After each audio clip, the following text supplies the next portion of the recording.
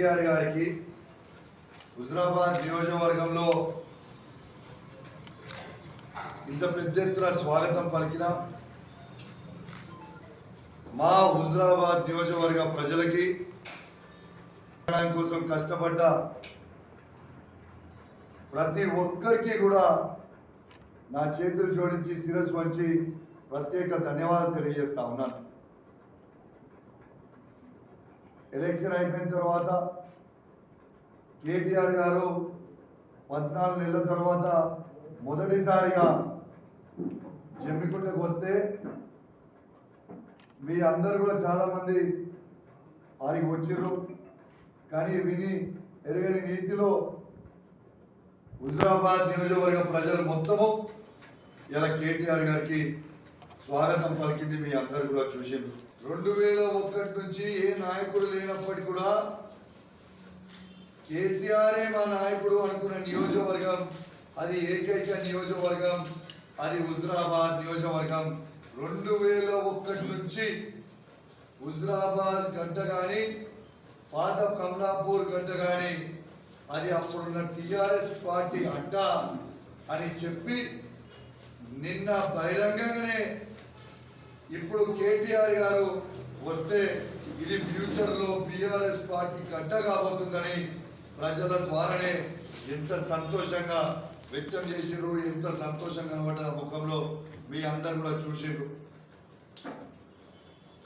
దీంతో పాటు నిన్న మాట్లాడుతూ అక్కడ శాసనసభ్యుడు హుజరాబాద్ నియోజకవర్గం సంబంధించిన శాసనసభ్యుడు మాట్లాడతారు. ఏమని మాట్లాడుతావా? ఎప్పుడో నేను కట్టించిన ఫైనాన్స్ మినిస్టర్ ఉన్నప్పుడు ఇవాళ ఓపెన్ చేసిండు అని. నువ్వు ఫైనాన్స్ మినిస్టర్ ఉన్నప్పుడు ఎవరు ప్రభుత్వంలో ఉన్నావు? అది కేసీఆర్ ప్రభుత్వం కాదా? ఎవరైనా సపరేట్ అని ఇండివిజువలా? ఇలా కేసీఆర్ గారు కట్టించింది పట్టుకొని కేసీఆర్ గారి ప్రభుత్వం కట్టించిన స్కూళ్ళవి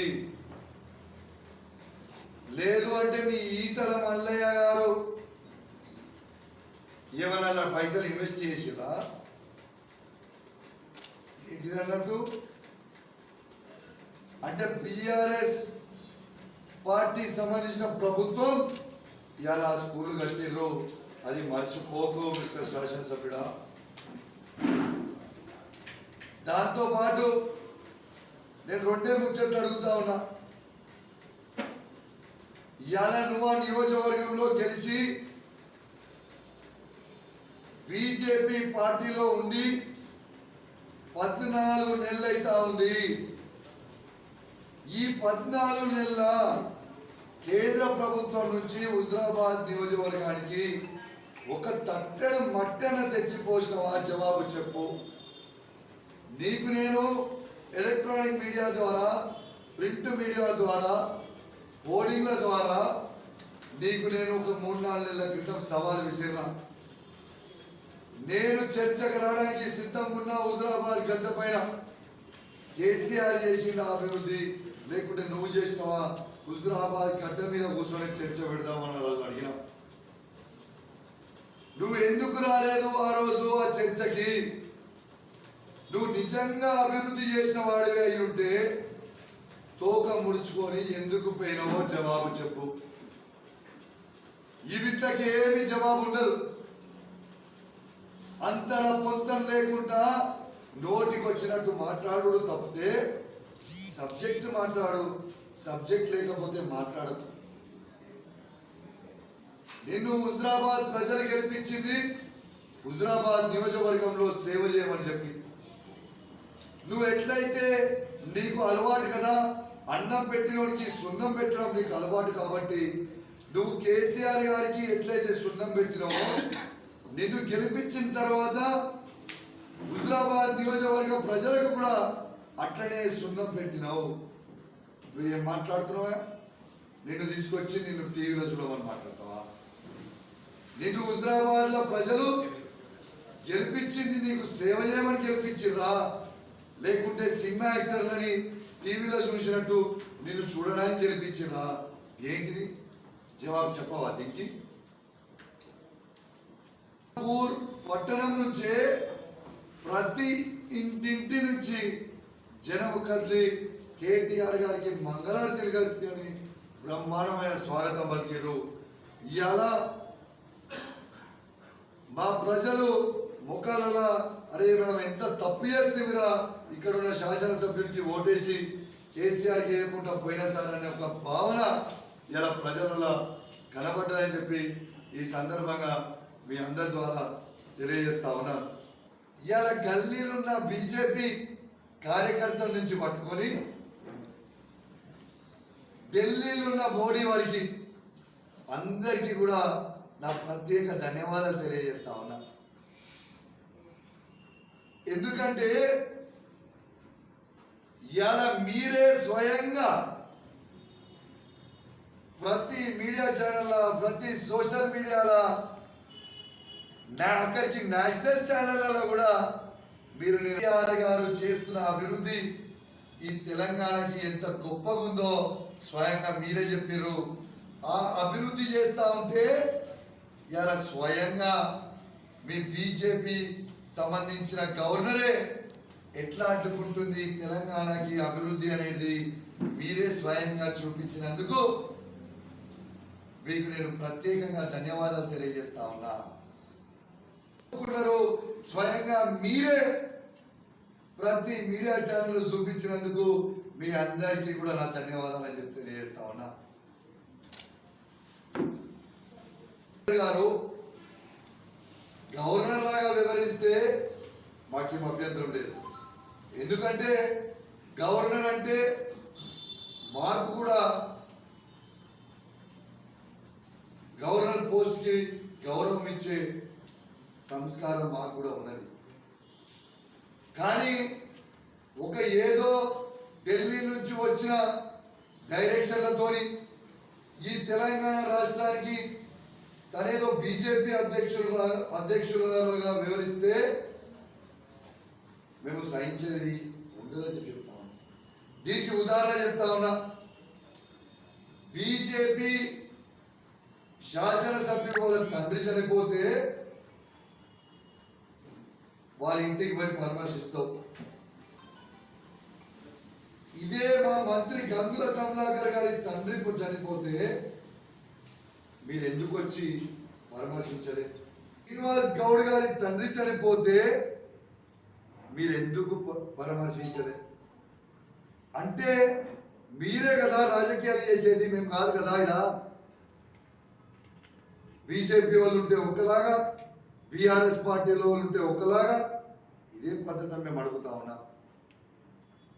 నేను ఆ రోజు చెప్పే ప్రయత్నం ఏం చేసినానంటే మన అసెంబ్లీలో పాస్ చేసిన బిల్లుని, కౌన్సిల్లో పాస్ చేసిన బిల్లుని కుర్చీ కింద ఆ ఫైళ్ళని కింద పడేసి పెట్టుకొని దాన్ని ఇబ్బంది పెడతా ఉన్నారు. ఇవాళ తెలంగాణ అభివృద్ధి అయ్యే బిల్లుని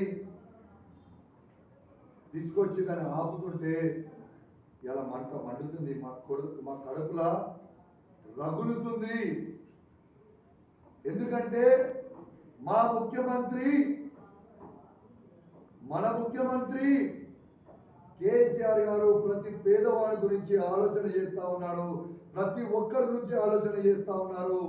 వాళ్ళకి అభివృద్ధి అయ్యే పనులను ఆపుతుంటే కడుపు పండదా అండి? మహిళలంటే చాలా గౌరవం. మా నియోజకవర్గంలో వచ్చి ఒక్కసారి ఉన్న మహిళలని కౌశిక్ రెడ్డి ఎంత గౌరవిస్తారో అనేది ఒక్కసారి వాళ్ళని అడిగి తెలుసుకోండి అని చెప్తా ఉన్నా. ఎన్ని రోజులయ్యా మా శాసనసభ్యుని అడుగుతా ఉన్నా ఈ సెంటిమెంట్ రాజకీయాలు, ఎంతసేపు రాజకీయం చేసి మాట్లాడాల్సిన రాజకీయాలు. గవర్నర్ గారిని ఒక చిన్న మాట అంటే, గల్లీ నుంచి ఢిల్లీ వరకు బీజేపీ నాయకత్వం ఉలికి పడ్డరే. ఎందుకంత ఉలికి పడ్డారు అని అడుగుతా ఉన్నా. కాన్స్టిట్యూషనల్ పోస్ట్ ని అట్లాంటి పౌరులను ఇట్లా తిడతారా అని అడిగిరు. మరి బీజేపీ వాళ్ళకి నేను అడుగుతా ఉన్నా, చీఫ్ మినిస్టర్ అనే పోస్ట్ కాన్స్టిట్యూషనల్ పోస్ట్ కాదా? కేసీఆర్ గారు ఉన్నది నోటికి వచ్చినట్టు ఆడ గుండు కానీ ఈడ బండి కానీ హుజరాబాద్ ఉన్న శాసనసభ్యుడు కానీ ఏం మాట్లాడతారా మీరు? కేసీఆర్ గారిని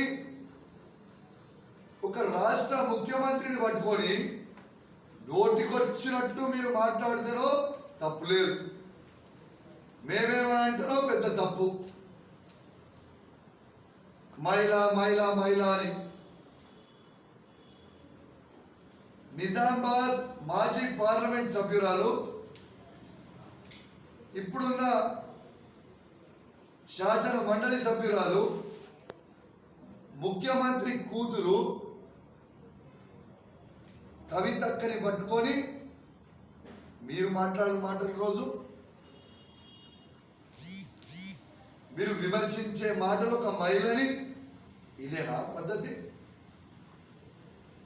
వీళ్ళ వ్యవహారం ఎట్లుండదంటే వీళ్ళు మాట్లాడితేనో సంసారం, మేము మాట్లాడితేనో వ్యభిచారమా?